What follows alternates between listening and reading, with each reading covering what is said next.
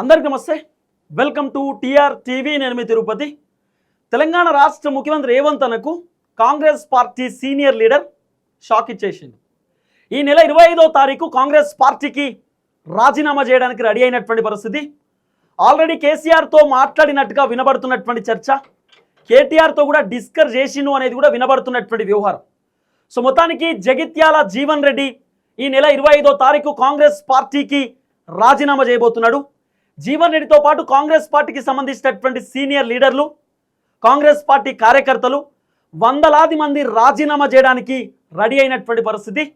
జీవన్ రెడ్డి 25వ తారీఖు కాంగ్రెస్కి రాజీనామా చేసి 27వ తారీఖు నుండి దాదాపు ఏప్రిల్ 5వ తారీఖు దాకా, అంటే సుమారు ఒక 5-6 రోజులు మొత్తం కూడా గ్రామాలలో పర్యటన చేయడానికి రెడీ అవుతున్నాడు.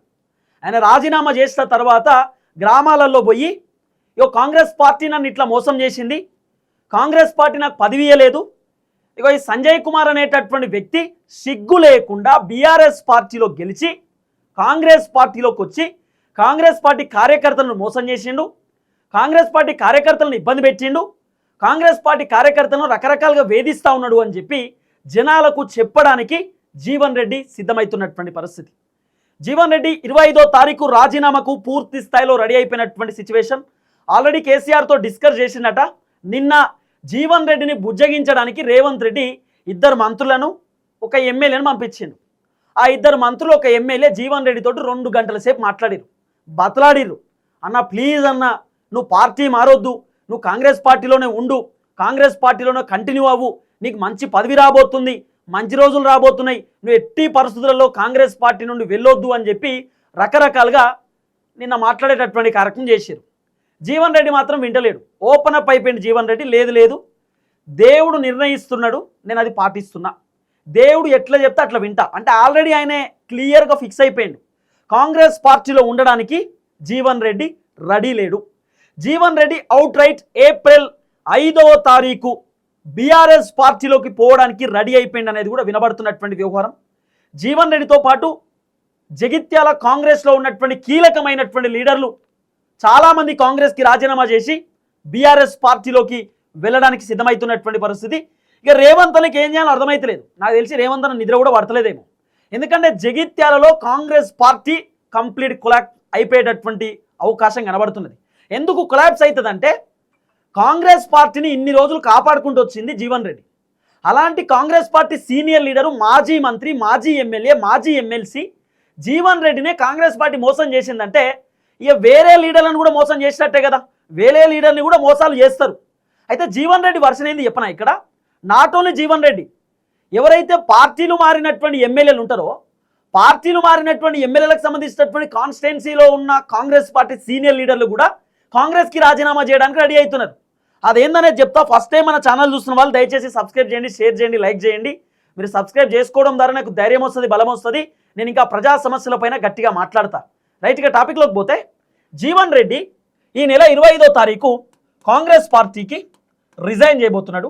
జీవన్ రెడ్డితో పాటు జగిత్యాలకు సంబంధించినటువంటి కాంగ్రెస్ పార్టీ లీడర్లు, అంటే జీవన్ రెడ్డి వెనకాల ఉన్నటువంటి కాంగ్రెస్ పార్టీకి సంబంధించినటువంటి సీనియర్ లీడర్లు కొంతమంది, సీనియర్ కార్యకర్తలు కొంతమంది కాంగ్రెస్ పార్టీ కార్యకర్తలు దాదాపు 100 మంది జీవన్ రెడ్డితో పాటు కాంగ్రెస్కి రాజీనామా చేయబోతున్నట 25వ తారీఖు. ఒకేసారి మూకముడిగా జీవన్ రెడ్డి లేనిది మేము కాంగ్రెస్లో ఉండలేము, జీవన్ రెడ్డితోటే ఉంటాం, జీవన్ రెడ్డి ఏ పార్టీలోకి పోతే ఆ పార్టీలోకి మేము పోతామని చెప్పి, సో దాదాపు 100 మంది కాంగ్రెస్కి 25వ తారీఖు రాజీనామా చేయడానికి రెడీ అవుతా ఉన్నారు. అది జగిత్యాలకు సంబంధించినటువంటి లీడర్లు. జీవన్ రెడ్డి 25వ తారీఖు రాజీనామా చేసి 27వ తారీఖు ఆయన గ్రామాల బాట పడతారట. అంటే విలేజెస్కు పోతాడు. గ్రామాలలో పోయి కాంగ్రెస్ పార్టీ చేసేటటువంటి మోసాల గురించి చెప్తాడు.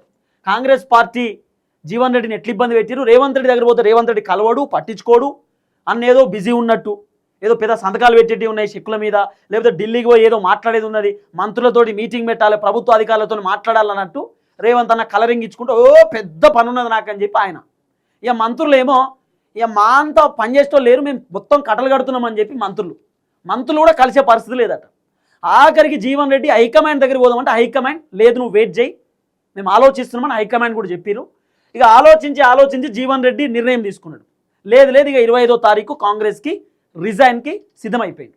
సో 27వ తారీఖు నుండి ఏప్రిల్ 5వ తారీఖు వరకు జీవన్ రెడ్డి గ్రామాలలో తిరిగి విలేజ్లో కాంగ్రెస్ పార్టీ గురించి చెప్తారట. అలాగే పబ్లిక్ ఒపీనియన్ తెలుసుకుంటాడట. నేను ఏ పార్టీలో పోతే బాగుంటుంది, ఏం చేయాలి, ఇండిపెండెంట్గా పోటీ చేయాలన్నా, బీఆర్ఎస్లో పోవాలన్నా, బీజేపీలోకి పోవాలన్నా, ఏం చేయాలి, ప్రజల దగ్గర నుండి కొన్ని నిర్ణయాలు సేకరించడానికి, ప్రజా అభిప్రాయం తెలుసుకోవడానికి జీవన్ రెడ్డి రెడీ అవుతా ఉన్నాడు. సో జీవన్ రెడ్డి 27వ తారీఖు స్టార్ట్ అవుతా ఉన్నాడు. గ్రామాలలో మండలాలలో తిరుగుతాడట, తిరిగి తెలుసుకుంటాడట. ఆ తర్వాత 5వ తారీఖు బీఆర్ఎస్లోకి పక్క, దీంట్లో వేరే ఆప్షన్ లేదు, జీవన్ రెడ్డి బీఆర్ఎస్ పార్టీలోకి పోబోతా ఉన్నాడు. సో ఆల్రెడీ కేటీఆర్ మాట్లాడిండు. బీఆర్ఎస్ పార్టీకి సంబంధించిన ఎమ్మెల్యే కూడా నిన్న చెప్పిండు, జీవన్ రెడ్డి మా పార్టీలోకి వస్తా అంటే నా భుజాల మీద మోసుకుపోతా అన్నాడు నిన్న ఒక ఎమ్మెల్యే. నా భుజాల మీద నేను మోసుకుపోతా, అంత మంచి వ్యక్తి ఆయన, అంత అద్భుతమైన వ్యక్తి అని చెప్పి. నిజంగా మంచి వ్యక్తి జీవన్ రెడ్డి. జీవన్ రెడ్డి అందరి లేక పంచాయతీలు పెట్టుకోడు, సౌమ్యుడు, అద్భుతంగా మాట్లాడే వ్యక్తి, అద్భుతమైనటువంటి క్యాడర్ ఉన్నటువంటి వ్యక్తి. అసలు జీవన్ రెడ్డి ఎంత అద్భుతమైన లీడర్ తెలుసా.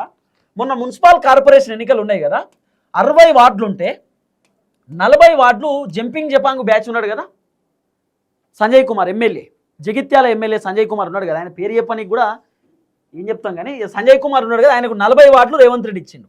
సంజయ్ కుమార్కి సంబంధించినటువంటి వ్యక్తులకేమో రేవంత్ రెడ్డి 40 వార్డులు ఇచ్చిండు పోటీ చేయడానికి. చాలా కీలకమైనటువంటి లీడర్, కాంగ్రెస్ పార్టీలో 30-35 సంవత్సరాల నుండి కీలకంగా ఉన్నటువంటి వ్యక్తి జీవన్ రెడ్డికి ఏమో 20 వార్డులు ఇచ్చిండు. అంటే ఎవరికి ప్రియారిటీ ఇచ్చినట్టు? పార్టీ మారినోనికేమో 40 వార్డులు ఇస్తాడు రేవంత్ రెడ్డి, కాంగ్రెస్ పార్టీ సీనియర్ లీడర్లకేమో 20 వార్డులు. కోపం రాదా? కోపం రాదా? ఎవరు సంజయ్ కుమార్? Who is Sanjay Kumar? పార్టీలు మారే వ్యక్తి. సిగ్గు లేకుండా జనాలు బీఆర్ఎస్ పార్టీ కోటేసి కేసీఆర్ ముఖం చూసి సంజయ్ కుమార్ని జగిత్యాలో గెలిపిస్తే పోయి కాంగ్రెస్ పార్టీ కనువ కప్పుకొని కాంగ్రెస్ పార్టీలో తిరుగుకుంటా గాంధీ భవన్లో తమాషా చేసుకుంటా సంజయ్ కుమారు. సిగ్గుండాలే కదా ఒక ఎమ్మెల్యేకి. ఒక అట్లా సంజయ్ కుమార్ కథ. అందుకే జీవన్ రెడ్డికి నచ్చలేదు. జీవన్ రెడ్డి బాధ ఏంది, నేను చాలా రోజుల నుండి చెప్తున్నటువంటి మాట ఏంది, 2028 ఎన్నికలలో రేవంత్ రెడ్డి ఎవరికి ఇస్తారు టికెట్? ఇప్పుడు జగిత్యాల నుండి ఒకవేళ జీవన్ రెడ్డి కూడా కాంగ్రెస్ నుండే కంటిన్యూ అయ్యింది అనుకో, ఫర్ ఎగ్జాంపుల్, ఆల్రెడీ ఇక్కడ సంజయ్ కుమార్ బీఆర్ఎస్లోకి వెళ్ళి వచ్చిండు ఒకటి, తర్వాత జీవన్ రెడ్డి ఏమో ఆల్రెడీనే కాంగ్రెస్ పార్టీలో ఉన్నాడు 2. మరి జగిత్యాల నుండి 2 ఉన్నారు ఎమ్మెల్యేగా పోటీ చేసేటటువంటి వ్యక్తులు. మరి 2028 టికెట్ సంజయ్ కుమార్కి ఇవ్వాలన్నా, జీవన్ రెడ్డికి ఇవ్వాలన్నా? ఎట్లయినా సంజయ్ కుమార్కి బీఆర్ఎస్ వాళ్ళు టికెట్ ఇయ్యరు. కేసీఆర్ ఆల్రెడీ చీ అంటుండు, రాకుర్రా నాయన, ఆల్రెడీ మీరు పోయిరు పార్టీలోకి వెళ్ళి, మళ్ళీ వస్తే మాత్రం కాలిరుతాయి అంటున్నాడు కేసీఆర్. కాబట్టి మ్యాక్సిమం ఈ పార్టీ మారినటువంటి బ్యాచ్ మళ్ళీ కేసీఆర్ దగ్గర పోయి కేసీఆర్ ముందు నిల్చొని కేసీఆర్ కళ్ళలో కళ్ళు పెట్టి చూసేంత ధైర్యం చేయరు. కేసీఆర్ ఫస్ట్ రానియాడు, గేట్ కాడికే రానియాడు కేసీఆర్. కాబట్టి రేవంత్ రెడ్డి మ్యాక్సిమం సంజయ్ కుమార్కే టికెట్ ఇస్తాడు, జగిత్యాల జీవన్ రెడ్డికి టికెట్ ఇచ్చే అవకాశం లేదు 2028లో.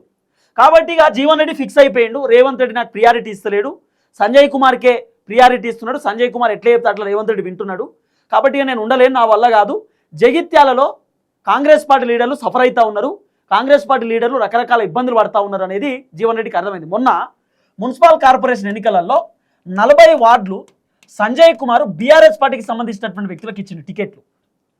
అంటే కాంగ్రెస్ పార్టీకి సంబంధించినటువంటి లీడర్లు జీవన్ రెడ్డి దగ్గర పోయి ఏడ్చిరు, కన్నీళ్ళు పెట్టుకున్నారు. అన్న మాకెందుకు రాదు టికెట్లు, ఇది అధికార పార్టీ, మన పార్టీ, ఇది ప్రతిపక్ష పార్టీ వాడు అధికార పార్టీకి వచ్చి పెత్తనం చెలాయిస్తున్నా, నువ్వేం చేస్తున్నావు అని చెప్పి సంజయ్ కుమార్ని జీవన్ రెడ్డిని అడుగుతా ఉంటే జీవన్ రెడ్డి ఏం సమాధానం చెప్పలేకపోయింది, బాధపడ్డాడు.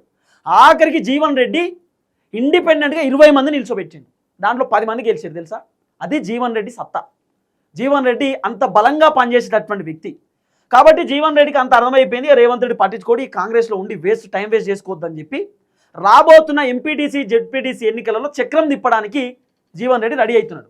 ఆ చక్రం ఎట్లా తిప్పాడు అనుకుంటారు? బీఆర్ఎస్ పార్టీ నుండి బీఆర్ఎస్ పార్టీలోకి జీవన్ రెడ్డి పోతే కాంగ్రెస్ పార్టీలో ఉన్నటువంటి అసంతృప్తితో ఉన్నటువంటి లీడర్లు జీవన్ రెడ్డితో వస్తారు, బీఆర్ఎస్ పార్టీలో ఉన్నటువంటి లీడర్లు జీవన్ రెడ్డి దగ్గరకు వస్తారు. మొత్తం జీవన్ రెడ్డి జగిత్యాలలో బలమైనటువంటి క్యాడర్ని తయారు చేసుకుంటాడు. ఇక సంజయ్ కుమార్ పని అయిపోయినట్టే. ఇక సంజయ్ కుమార్ బట్టలు గీటలు చదువుకొని దుకాణం చదువుకొని ఆ దుబాయ్కి పోవాలి. ఇక సంజయ్ కుమార్ గా పరిస్థితి వస్తుంది, మీరు రాసి పెట్టుకోరు. నేను చెప్తున్నా కదా, 2028లో ఫస్ట్ బీఆర్ఎస్ పార్టీ నుండి గెలిచేటటువంటి వ్యక్తి జీవన్ రెడ్డి. రెండోది బాల్కా సుమన్ గెలుస్తాడు. వివేక్ వెంకటస్వామి చెన్నూరులో పొట్టు ఓడిపోతాడు. మీరు రాసి పెట్టుకోరు, నేను చెప్తున్నా కదా, మీరు రాసి పెట్టుకోరు. ఈ విధంగా జరగబోతున్నది. కాబట్టి మొత్తానికి జీవన్ రెడ్డి రాజీనామాకు రెడీ. జీవన్ రెడ్డితో పాటు వందలాది మంది కాంగ్రెస్ పార్టీ లీడర్లు రాజీనామాకు సిద్ధమవుతా ఉన్నారు. రేవంత్ రెడ్డి చెప్పినా వినే పరిస్థితి లేదు. ఒకేసారి రేవంత్ ఉలిక్కిపడి జీవన్ రెడ్డి పోతే ఇబ్బంది అయ్యేటట్టుంది, ఆగమయ్యేటట్టుంది పరిస్థితి అని చెప్పి మంత్రులను పంపించి మంత్రులను ముచ్చట పెట్టినా కూడా ఇన్నంతసేపు విన్నాడు. వాళ్ళని పంపించి మళ్ళీ గదే పాట, నేను విన్నాను, నా వల్ల కాదు, నేను ఏడికి పోవాలో గాడికే పోతా. అది జీవన్ రెడ్డి వర్షన్. చూద్దాం ఏం జరగబోతుందో. మొత్తానికి జీవన్ రెడ్డి కాంగ్రెస్ పార్టీకి రాజీనామాకు సిద్ధమైపోయినటువంటి పరిస్థితి. ప్రజా అభిప్రాయం కూడా తెలుసుకోబోతున్నాడు. 25వ తారీఖు ఫిక్స్ కాంగ్రెస్కి రాజీనామా. బీఆర్ఎస్లోకి మాత్రం ఏప్రిల్ 5వ తారీఖు జాయిన్ అయ్యే అవకాశాలు కనబడతా ఉన్నాయి. కానీ ధర్మపురి అరవింద్ అన్న మాత్రం జీవన్ రెడ్డితో ఫోన్ టచ్లోకి పోతున్నాడు. ధర్మపురి అరవింద్ అన్న జీవన్ రెడ్డితో మాట్లాడుతున్నాడు. అన్న మీరు బీజేపీలోకి వస్తే బాగుంటుంది, బీజేపీలోకి రావాలని చెప్పి. శ్రావణి అని ఒక అక్క ఉంది భారతీయ జనతా పార్టీ నుండి, శ్రావణి అక్క అనుకుంటా. ఆ అక్కకు కూడా బలమైనటువంటి క్యాడర్ ఉంది. ఇప్పుడు భారతీయ జనతా పార్టీలోకి జీవన్ రెడ్డి పోతే మళ్ళీ శ్రావణకి ఇబ్బంది పడుతుంది కదా. కాబట్టి ధర్మపురి అరవింద్ అట్లా కూడా ఆలోచించాలి. కానీ బలమైనటువంటి లీడర్ జీవన్ రెడ్డి బీజేపీలోకి వస్తే కూడా బాగుంటుంది అనేది ధర్మపురి అరవింద్ ఆలోచన. చూడాలి ఏం జరగబోతుందో. మొత్తానికి జీవన్ రెడ్డి మాత్రం కాంగ్రెస్కి దూరం కాబోతున్నాడు. ఆల్రెడీ కంప్లీట్గా ఫిక్స్ అయిపోయిండు. వాళ్ళ ఇంటికాడ ఉన్నటువంటి ఆ బ్యానర్లు గిల్లర్లన్నీ తీసేసిరు. ఆ కాంగ్రెస్ పార్టీ ఆఫీస్లో ఉన్నటువంటి బ్యానర్లు అదొకటి ఇదొకటి తీసేసిరట మొత్తం. జీవన్ రెడ్డి గులాబీ కండువ కప్పుకోవడానికి రెడీ అవుతా ఉన్నాడు. ఆల్రెడీ కేసీఆర్తో టచ్లోకి పోయిండు, కేసీఆర్తో మాట్లాడుతూ ఉన్నాడట, కేసీఆర్తో డిస్కస్ చేస్తూ ఉండడం అనేది కూడా వినబడుతున్న చర్చ. చూద్దాం ఏం జరగబోతుంది. అందరికీ నమస్తే, థ్యాంక్ యూ సో మచ్. జై తెలంగాణ.